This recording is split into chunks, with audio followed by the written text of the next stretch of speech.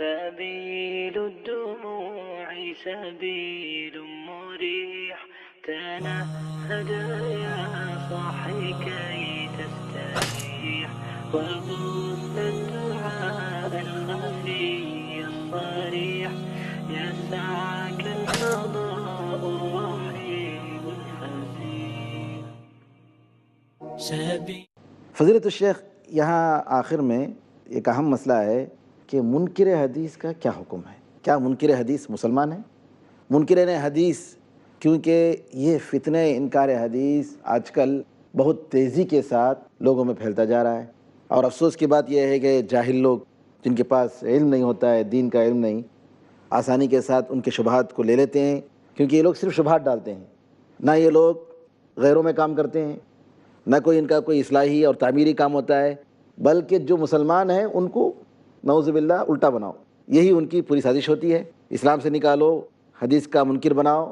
تو علماء کرام نے اس سلسلے میں منکرین حدیث کے تعلق سے کیا فتویٰ دیا ہے؟ مختصر طور پر یہ کہنا ہے کہ یقیناً علماء کرام جن کو اللہ تعالیٰ نے بہت کچھ علم دیا تھا، عقل دی تھی، انہوں نے فتویٰ واضح طور پر دیا کہ جو شخص قرآن کو لے کر کے صرف اور دین میں سنت کو اور حدیث کو حجت نہیں سمجھتا ہے وہ کافر ہے۔ علامہ شیخ ابن باز کسی نے کسی زمانے میں کچھ احادیث میں مذاق اڑایا، انہوں نے باقاعدہ ایک فتویٰ لکھا ہے، کتاب لکھی ہے، کفر کا فتویٰ دیا ہے۔ اسی طرح امام شافعی وغیرہ نے بھی آگے اس طرح کی باتیں ان کی ملتی ہیں جو کفر کا فتویٰ انہوں نے دیا ہے۔ تو لے دے کر کے یہی رہا کہ ہم ان بھائیوں کو ایک چیز اور ہے، پیارے رسول نے فرمایا ہے کہ اذا رأیتم مبتلا فقولوا الحمد للہ الذی عافانی۔ میں سامعین کرام سے کہوں گا کہ یہ لوگ مرض میں مبتلا ہیں، اللہ کا شکر ادا کرو کہ ہمارے دل میں اس کے بارے میں شبہ نہیں ہے، ہم ان پر رحم کر کے کہتے ہیں تمہارا دین خطرے میں ہے، تم اپنے دین کو بچانے کے لیے اگر اللہ کے سامنے کھڑا ہو کر کے جواب دینے کے دن کا تمہیں یقین ہے تو پھر تم اپنے اس فکر پر نظر ثانی کرو، اور نہیں تو پھر جتنے لوگوں کو تم گمراہ کر رہے ہو خود اپنی گمراہی کا گناہ اور ان کی گمراہی کا گناہ تمہارے سر پر لادا جائے گا۔ ہمارے علماء نے ایسے لوگوں کے اوپر جنہوں نے حدیث کو عام طور پر حجت، پورے طور پر حدیث حجت نہیں ہے، اگر دو ایک حدیث میں شبہ انہوں نے ظاہر کیا یہ الگ بات ہے، لیکن پورے طور پر حدیث حجت شریعت نہیں، ان کے کفر کا فتویٰ دیا ہے، جس میں شیخ ابن باز کا باقاعدہ رسالہ ہے۔ اس میں ایک بات اور بھی ہے، اس کی بھی رعایت ہونی چاہیے کہ منکرین حدیث کے کئی درجات ملتے ہیں۔ بعض لوگوں نے صراحتاً حدیث کا انکار کر دیا کہ اس کے مقابلے میں صرف قرآن سے ہمیں ہدایت ملی، ان کا مسئلہ کچھ اور ہوگا۔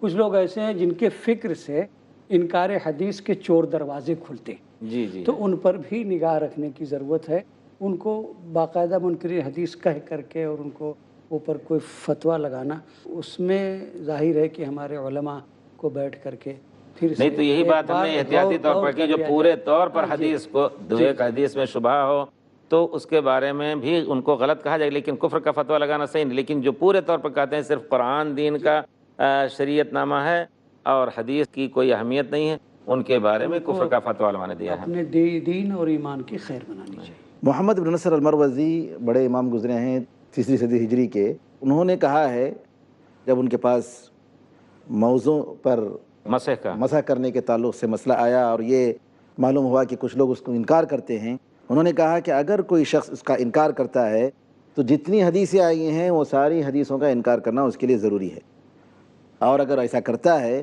تو اسلام کی جماعت سے وہ نکل گیا، مسلمان نہیں ہے۔ اگر دوسری حدیثوں کو مانتا ہے اور اس کا انکار کرتا ہے تو وہ بھی پوری حدیث کا گویا منکر ہو گیا۔ اور امام آجوری رحمۃ اللہ علیہ فرماتے ہیں کہ اللہ تعالیٰ نے اپنی کتاب میں جتنی چیزیں فرض کر رکھی ہیں ان میں جو بھی احکام ہیں رسول اللہ صلی اللہ علیہ وسلم کی سنت کے بغیر سمجھنا مشکل ہے، اور یہ مسلمانوں کے سارے علماء کا قول ہے۔ اگر کوئی اس کے خلاف کہتا ہے تو مسلمانوں کی ملت سے نکل گیا اور ملحدین کی ملت میں داخل ہو گیا۔ یہ پرانے علماء کا فتویٰ ہے جی، قرن رابع 4 صدی ہجری کے عالم ہیں امام آجوری، اپنی کتاب شریعہ میں جز نمبر 1 صفحہ نمبر 412 میں انہوں نے یہ فرمایا ہے۔ علامہ ابن حزم رحمۃ اللہ علیہ کہتے ہیں کہ اگر کوئی شخص یہ کہتا ہے کہ ہم قرآن میں جو کچھ ہے صرف اس کو لیں گے اور اس کے علاوہ دوسری چیز کو نہیں لیں گے، یعنی حدیث کا انکار کریں گے، تو امت کا اجماع ہے کہ وہ کافر ہے۔ جزاکم اللہ خیر. نہیں یہی ہے جی امت کا اجماع ہے کہ وہ کافر ہے، اور کہتے ہیں کہ وہ صبح سے لے کر رات تک اگر وہ ایک رکعت پڑھ لیتا ہے تو اس کے لیے اس کے قول کے مطابق کافی ہے. پھر فجر کی ایک رکعت پڑھے گا، فجر کے وقت ایک رکعت اور دن میں ایک رکعت، اس کے قول کے مطابق جو ہے کافی ہے. اور ایسا کہنے والا کافر ہے، مشرک ہے، حتیٰ کہ حلال الدم والمال کہا ہے انہوں نے. جی جی توبہ لی جائے. اگر توبہ نہیں کرتا ہے تو اس کو کچھ لوگوں نے کہا توبہ بھی نہیں لی جائے گی. اس کو اگر اسلامی ملک میں رہتا ہے تو اس کو جینے کا حق نہیں ہے، تاکہ دوسرے لوگوں کے لیے گمراہی کا سبب نہ بنے اور یا پھر چیلنج کرتا ہوا نکلے. یعنی یہ فیصلہ کرنے کا حق اسلامی عدالت کو ہے، نہ یہ کہ عوام کو کسی بھی حد کوئی کو حق جاری نہیں کرنے کا پہنچتا حق کہ نہیں وہ حد پہنچتا. جاری. تکفیر کا مسئلہ بہت سنگین مسئلہ ہے. ہر کوئی آدمی، بلکہ جو لوگ ذمہ دار ہیں ان کو بھی بہت سوچ سمجھ کر فیصلہ کرنا چاہیے، اور عوام کے لیے ہرگز یہ کسی طریقے سے روا نہیں کہ کسی بھی آدمی پر. دوسری بات ہے کہ غلط کام کا جس کی حد شرعی مقرر ہے، عام افراد اس پہ حد قائم نہیں کر. جیسے کسی نے دیکھا اپنی آنکھ سے کہ اس نے زنا کیا ہے اور یہ شادی شدہ ہے تو ہم اس کو قتل کر دیں، ہرگز جائز نہیں ہے شرعی طور پر. اس کا معاملہ اٹھایا جائے، اور ایسے مسئلے میں تو 4 گواہ چاہیے. یہ نہیں کہ کسی کی عزت ہر ایک لوٹتا پھرے. اسلام نے بہت ہی لوگوں کی تکریم کی ہے اور بہت ہی شروط کے ساتھ کسی چیز کی حد رکھی ہے. امام سیوطی رحمۃ اللہ علیہ کتاب مفتاح الجنہ میں صفحہ نمبر 14 مفتاح الجنہ فی الاحتجاج بالسنہ میں آپ فرماتے ہیں کہ رسول اللہ صلی اللہ علیہ وسلم کی کسی حدیث، چاہے وہ قولی ہو یا فعلی ہو، صحت کے بعد، صحیح ہونے کے بعد اگر کوئی انکار کر رہا ہے تو وہ شخص کافر ہے اور وہ اسلام کے دائرے سے نکل گیا، اور قیامت کے دن یہود و نصارہ کے ساتھ اس کا حشر ہوگا، نعوذ باللہ. تو اس قسم کے نصوص ہیں علماء کرام کے، اور اتنی وضاحت کے ساتھ کہنے کے باوجود اگر منکرین حدیث کو کسی بات پر شبہ ہے، حجیت حدیث پر، جیسا کہ علماء کرام نے کہا، تو اپنے دین کی خیر منانی چاہیے. آخر میں فضیلت الشیخ سے گزارش کروں گا، ناظرین کرام کے لیے آپ حدیث کے تعلق سے، تمسک بالسنہ اور اعتصام بالکتاب والسنہ کے تعلق سے 2-4 کلمات میں نصیحت فرمائیں، تاکہ ناظرین کرام کو اس موضوع کی اہمیت معلوم ہو. بہرحال ہم سب کے مشترکہ کلام میں یہی بات تھی کہ پیارے رسول کے حدیث کی تمسک سے انسان کا دین ایمان مکمل اور محفوظ رہے گا.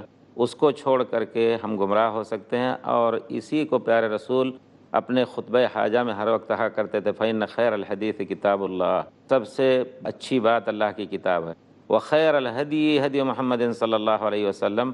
اچھا طریقہ جس سے ہدایت لیا جا سکتا ہے وہ پیارے رسول کا طریقہ، جو قرآن اور سنت کا مرقع تھا، آپ کا طریقہ. کیونکہ حضرت عائشہ سے پوچھا گیا کہ پیارے رسول کے اخلاق کیا تھے، تو آپ نے فرمایا کان خلقہ القرآن. فإن خیر الحدیث کتاب اللہ وخیر الہدی ہدی محمد صلی اللہ علیہ وسلم وشر الامور محدثاتها. ہم سنت کو پکڑیں اور ایک ایک چیز میں، بچوں کی تربیت میں، اپنی ذات میں، سب کچھ پیارے رسول کی سنت پر عمل کرتے ہوئے زندگی گزاریں. اللہ تعالیٰ انشاءاللہ ہمیں اپنی رضامندی سے جزاکم اللہ خیراً. اللہ تعالیٰ آپ کو جزائے خیر عطا فرمائے.